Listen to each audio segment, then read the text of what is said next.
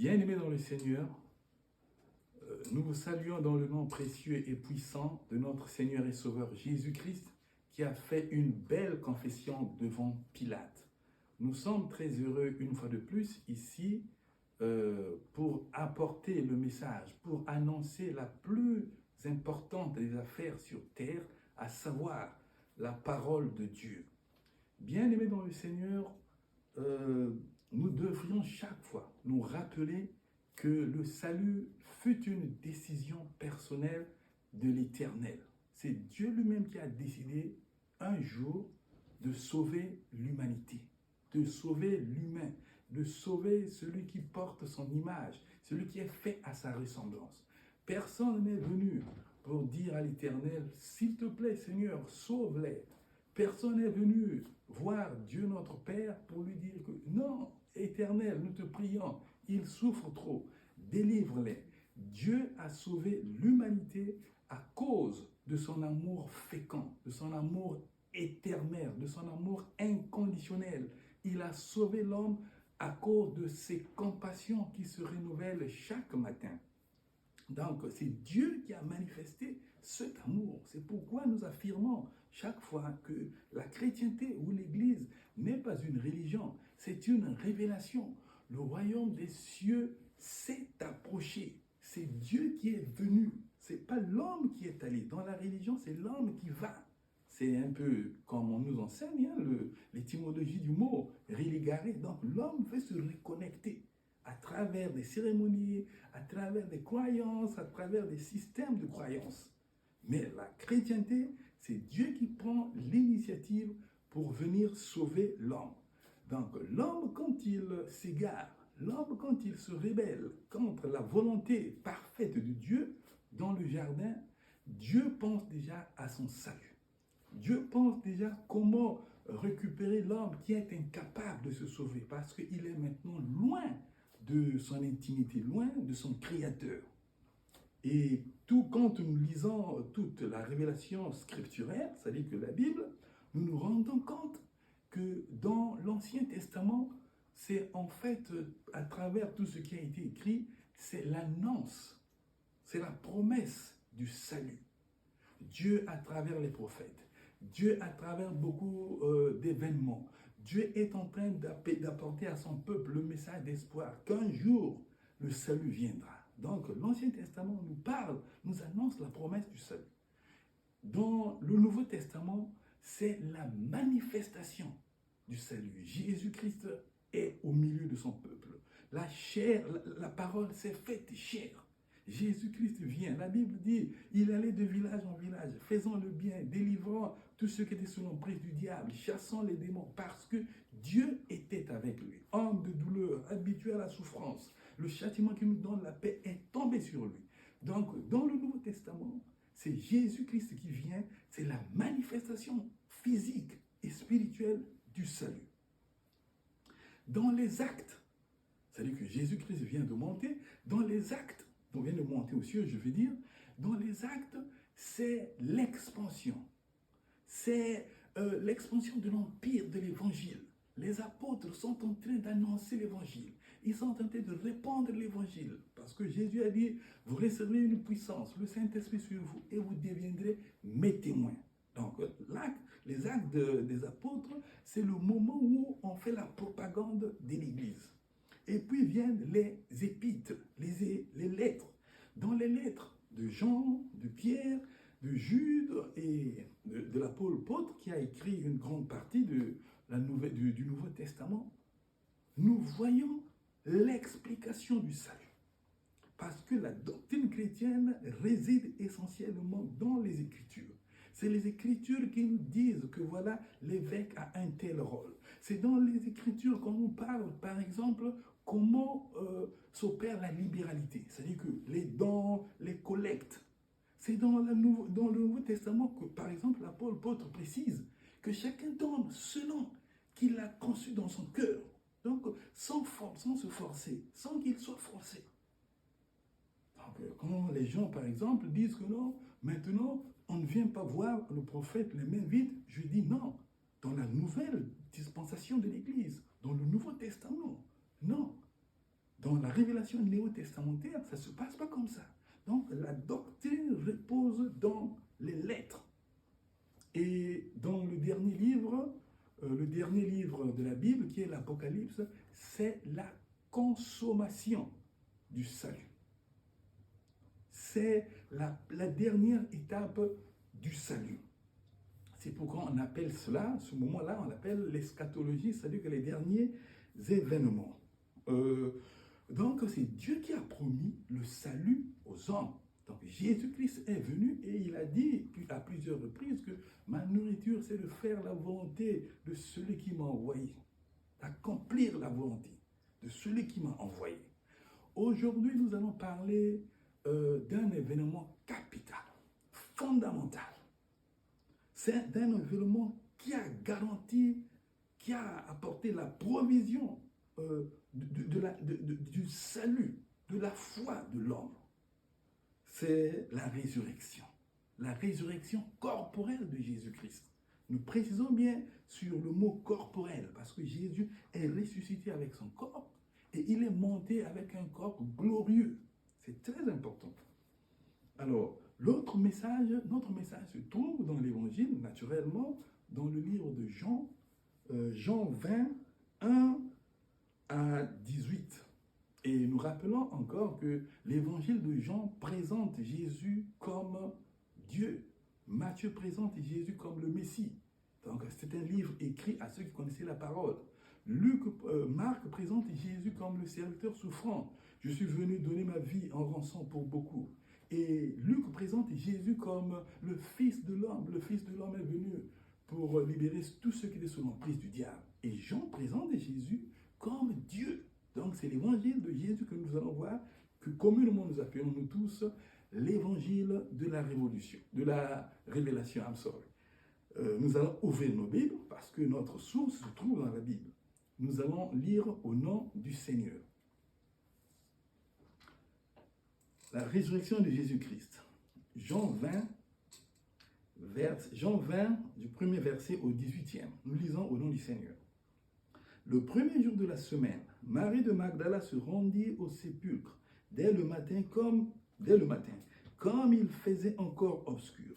Et elle vit que la pierre était ôtée du sépulcre. Elle courut vers Simon-Pierre et vers l'autre disciple que Jésus aimait et leur dit: ils ont enlevé du sépulcre le Seigneur et nous ne savons où ils l'ont mis. Pierre et l'autre disciple sortirent et allèrent au sépulcre. Ils couraient tous deux ensemble, mais l'autre disciple courut plus vite que Pierre et arriva le premier au sépulcre. S'étant baissé, il vit les bandes qui étaient à terre. Cependant, il n'entra pas. Simon-Pierre, qui le suivait, arriva et entra dans le sépulcre. Il vit les bandes qui étaient à terre et le linge qu'on avait mis sur la terre de Jésus, non pas avec les bandes, mais plié dans un lieu à part. Alors, l'autre disciple, qui était arrivé le premier au sépulcre, entra aussi. Et il vit et il crut. Car il ne comprenait pas encore que selon l'Écriture, Jésus devait ressusciter des morts. Et les disciples s'en retournèrent chez eux. Verset 11. Cependant, Marie se tenait dehors, près du sépulcre, et pleurait. Comme elle pleurait, elle se baissa pour regarder dans le sépulcre, et elle vit deux anges vêtus de blanc, assis à la place où avait été couché le corps de Jésus.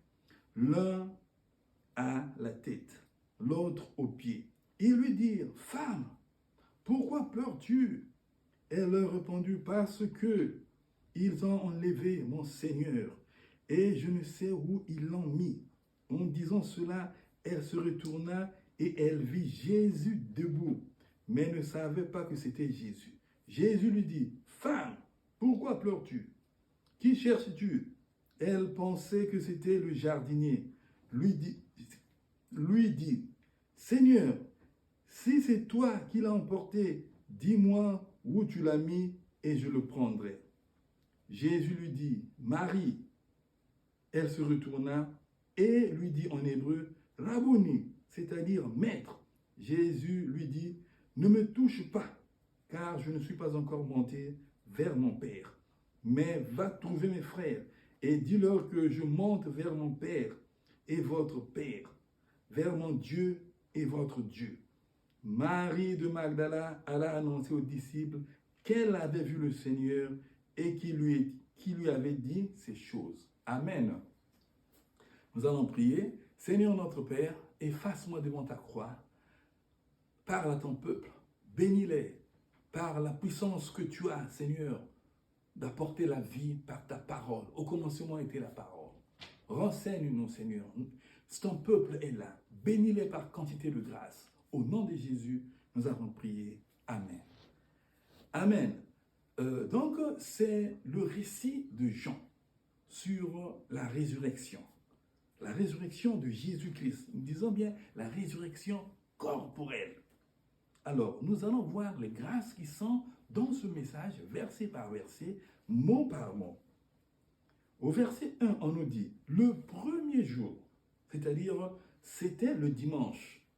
Et puisque Jésus est ressuscité le premier jour, les premiers disciples décidèrent de transférer le samedi, le sabbat du samedi au dimanche, en honorant cet événement qui est unique dans le monde, qui est unique dans l'histoire, qui n'a jamais été égalé par d'autres événements dans l'histoire. Donc, c'est ce jour-là qu'ils ont décidé de se réunir. Et c'est pourquoi les chrétiens se réunissent en grande majorité, en dehors de certaines congrégations, se réunissent toujours le dimanche. Mais cela ne dit pas que nous ne prions que le dimanche. Nous prions tous les jours parce que la Bible nous enseigne que Dieu cherche des vrais adorateurs. Ce n'est plus à Jérusalem, ce n'est plus sur cette montagne, mais l'heure vient, elle est déjà venue, où les vrais adorateurs adoreront le Père en esprit, car Dieu est esprit et voudrait que ceux qui l'adorent en esprit et en vérité. Donc c'était le premier jour. Et la Bible nous dit que c'est Marie de Magdala qui va. Nous allons lire le passage parce que c'est très important.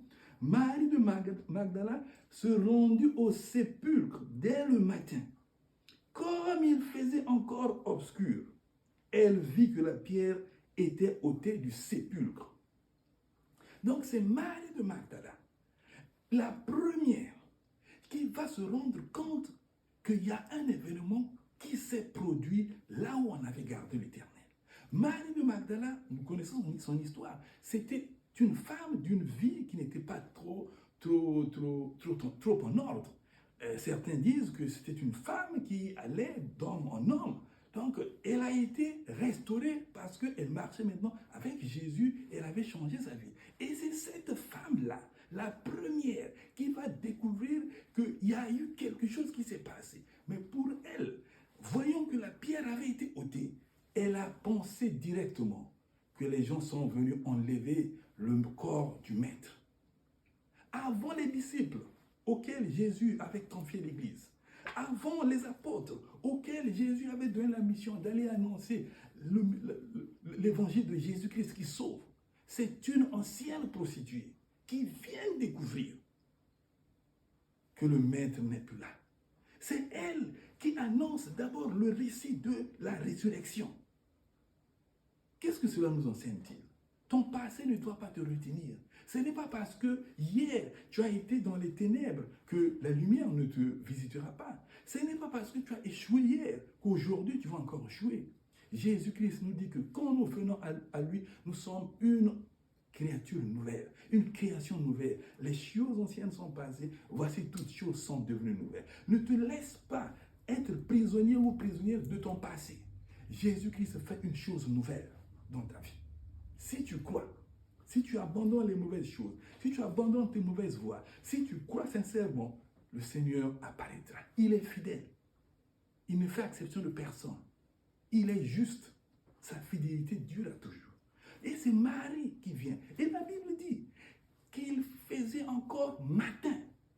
Elle est venue le matin. C'est-à-dire qu'elle est venue très tôt. Il faisait encore sombre. Bien-aimé dans le Seigneur, dans ta marche avec le Seigneur, dans ta marche dans la voie du succès, il y a des sacrifices. Tu te souviendras que quand Dieu créait le monde, la Bible dit, il y eut une première nuit et un matin. Une première nuit et un matin. Ce n'est pas un matin et une nuit. C'est la nuit qui engendre le matin. Ce sont les douleurs qui engendrent la victoire. Si tu veux gagner le matin, tu dois te battre la nuit. Tu dois prier la nuit.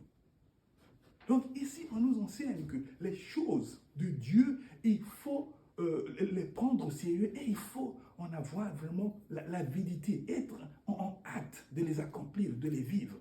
Marie ici, elle est allée pendant que les autres dormaient et elle a vu la grâce. Elle arrive et elle a vu la pierre était ôtée.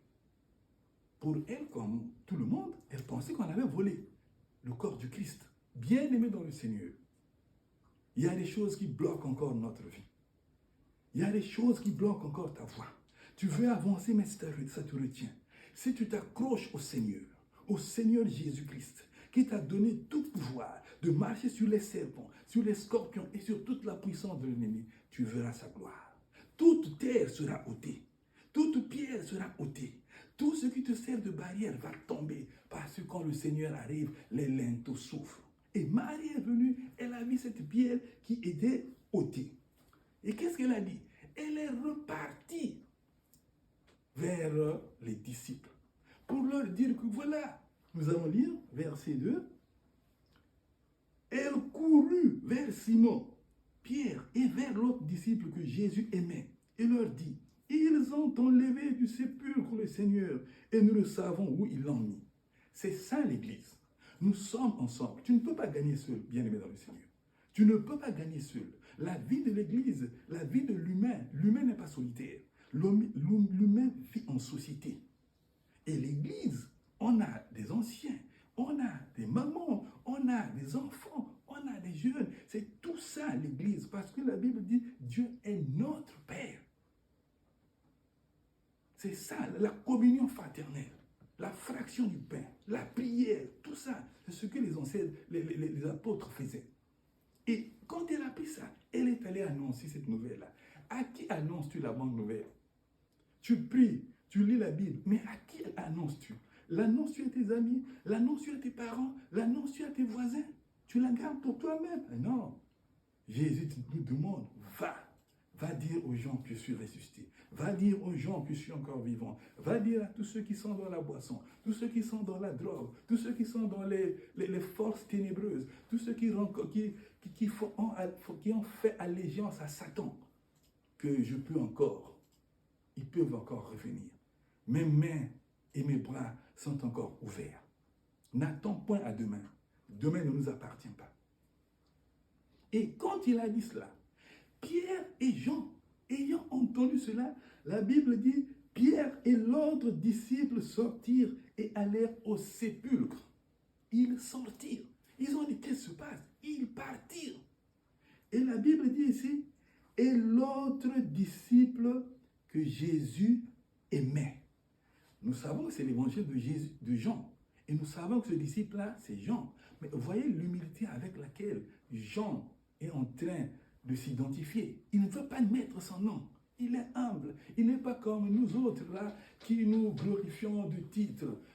Oui, je suis Jacques Roumain, pasteur international, prophète des nations. Non, lui ne veut pas s'accaparer de tous ces titres-là. Il s'efface. C'est ça l'humilité. Avant la ruine, le cœur de l'homme s'élève, mais l'humilité précède la gloire.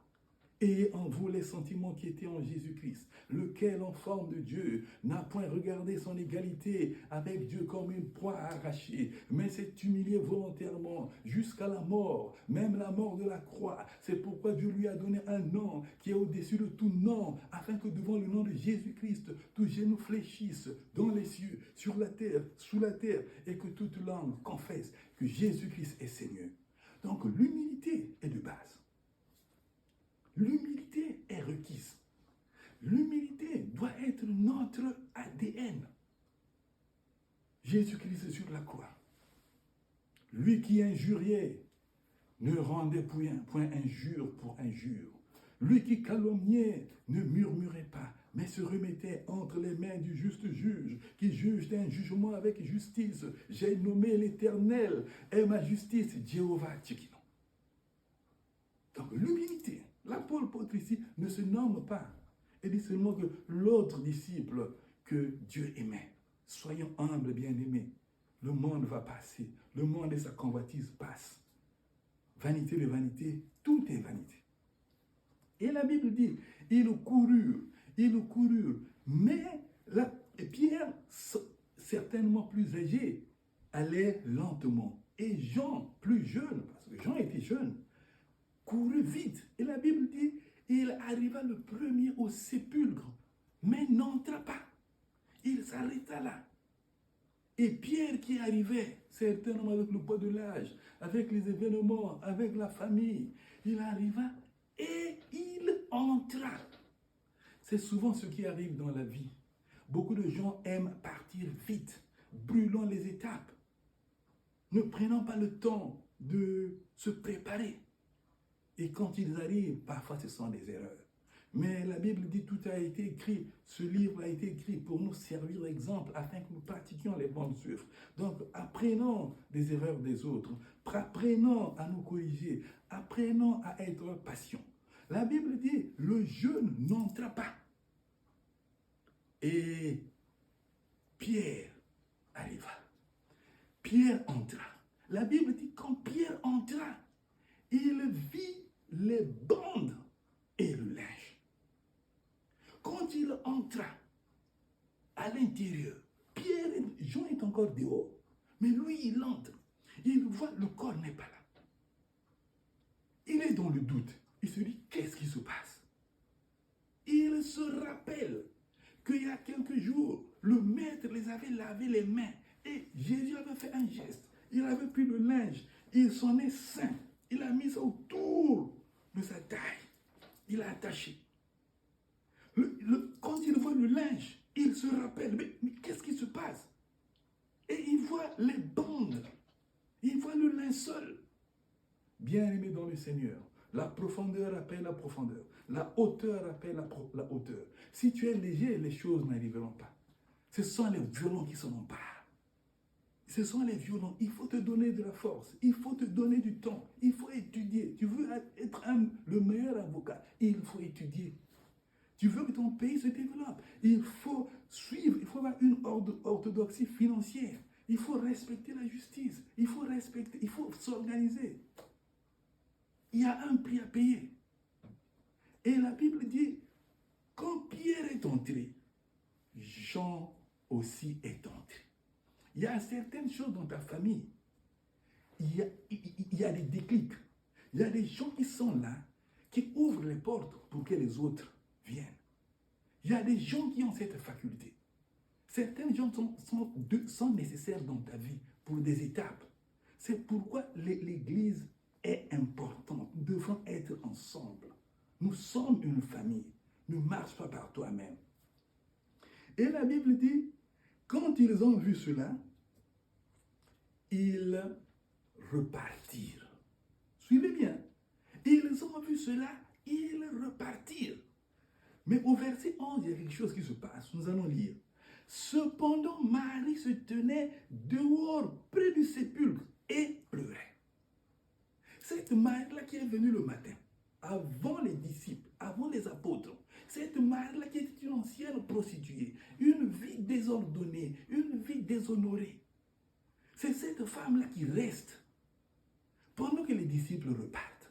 Je ne dis pas que les disciples avaient fait ce qui n'est pas normal, mais je montre seulement l'attitude de ces deux groupes-là. Le premier groupe, c'est que Marie et les disciples. Les disciples repartent et Marie reste. Elle est en train de pleurer. Elle est en train de gémir. Elle a mal. Elle se dit que où on a mis le Seigneur, où on a mis mon maître. C'est alors que le mystère se produit. Parce que Marie est restée là. Parce que Marie n'est pas repartie chez elle. Parce que Marie ne s'est pas affairée d'autre chose. Eh bien, le Seigneur vient maintenant se révéler à elle. Donc le Seigneur s'est révélé à Marie. Et ici, il y a une vérité bibliquement historique qui se répète encore. Quand vous allez lire la Bible, vous vous rendrez compte que Dieu garde ses méthodes. Dieu ne se révèle pas souvent à la masse. Parce que même quand Jésus revient à la vie, il ne va pas se faire voir à tout le monde. Il y a beaucoup de gens qui se sont posés ces questions-là, qui se sont dit, mais qu'est-ce qui se passe? Mais pourquoi le Seigneur Jésus n'est pas venu à tout le monde, se faire voir à tout le monde pour que cette affaire-là cesse de penser qu'effectivement on avait volé son corps ou bien qu'on l'a substitué? Non! Le Seigneur marche selon ses principes et il a un principe sacro-saint qui s'appelle le juste vivra par la foi. Dieu ne se révèle pas au grand monde.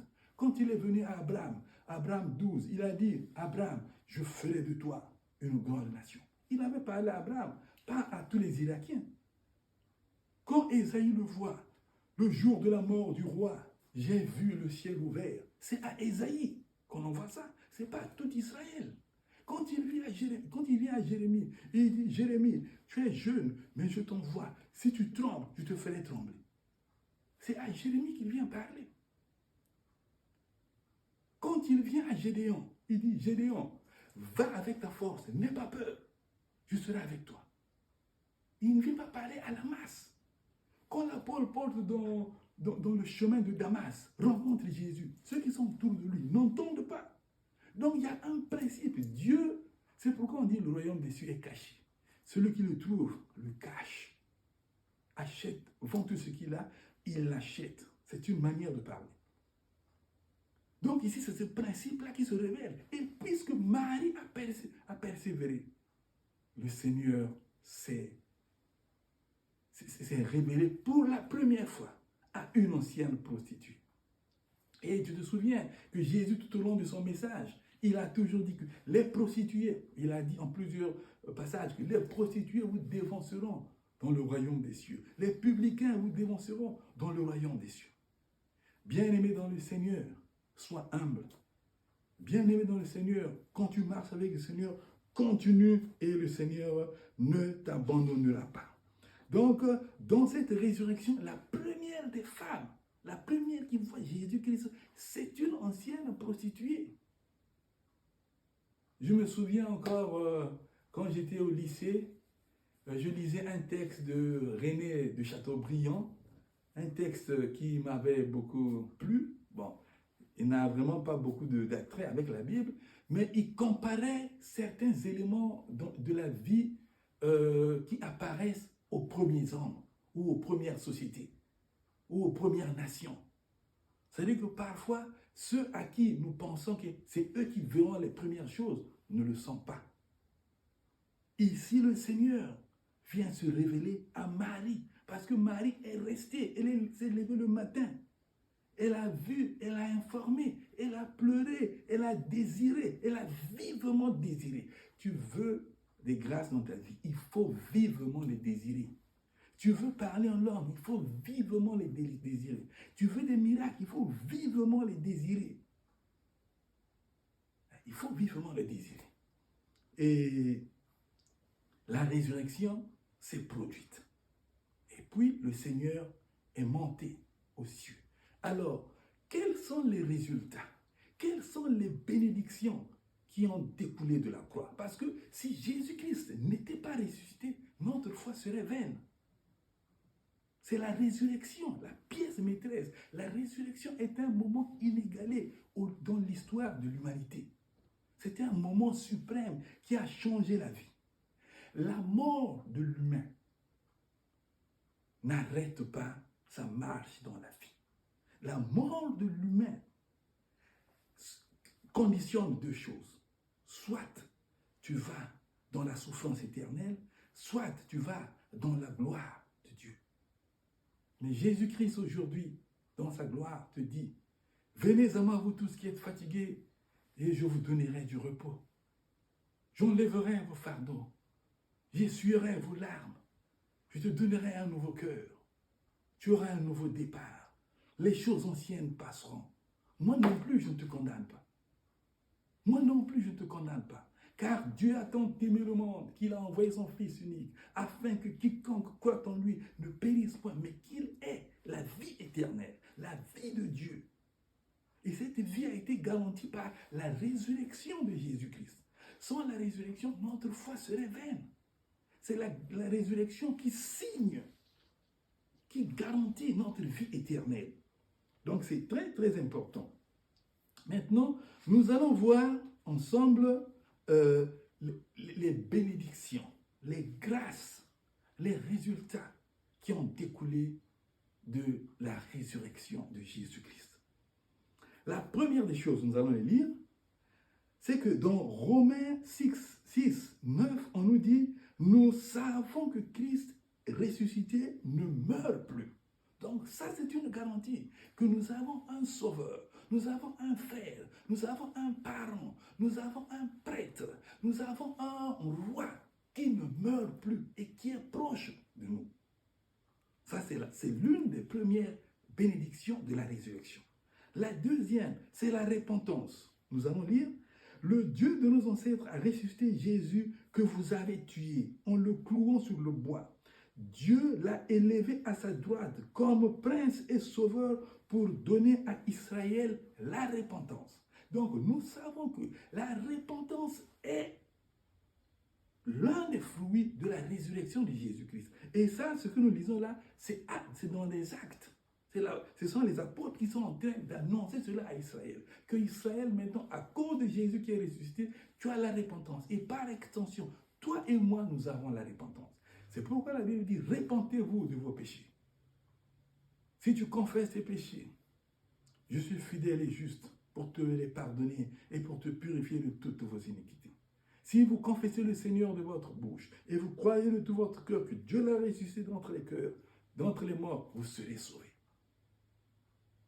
C'est Jésus-Christ qui est le chemin. Nul ne va au Père autrement que par moi. Et quand il est ressuscité, vous lirez l'évangile de Matthieu, l'une des premières paroles qu'il a dites, c'est que tout pouvoir m'a été donné dans les cieux et sur la terre. Encore une nouvelle bénédiction, il dit la nouvelle naissance, conformément à sa grande miséricorde, il nous a fait naître de nouveau à travers la résurrection de Jésus-Christ pour une espérance vivante. Ceci est dans 1 Pierre 1:3. Donc nous avons la nouvelle naissance. Et Jésus lui-même l'a dit, si tu ne nais pas de nouveau, tu ne verras pas le royaume des cieux. Et l'apôtre Pierre le confirme que sa résurrection a apporté pleinement la nouvelle naissance. Elle est maintenant à portée de doigt. Si tu crois de tout ton cœur, le pardon des péchés. 1 Corinthiens 15, 17 nous dit, si Christ n'est pas ressuscité, votre foi est vaine. Vous êtes encore dans vos péchés. Donc c'est Christ qui garantit le pardon de nos péchés par sa résurrection. Comme on dit un peu en lingala, meka et sepeli satata. C'est le sacrifice qui a plu à Dieu. Maintenant, Dieu ne te voit pas. Il te voit à travers Jésus. Et Jésus dit, Père, pardonne-le parce qu'il m'a cru. Parce qu'il a cru en ton message. Parce qu'il a cru en mon message. Et Dieu te pardonne. Donc, à travers Jésus-Christ. Un autre bénéfice de la résurrection, le Saint-Esprit. C'est ce Jésus que Dieu a ressuscité. Nous en sommes tous témoins. Élevé à la droite de Dieu, il a reçu du Père le Saint-Esprit qui avait été promis et il a déversé comme vous le voyez et l'entendez.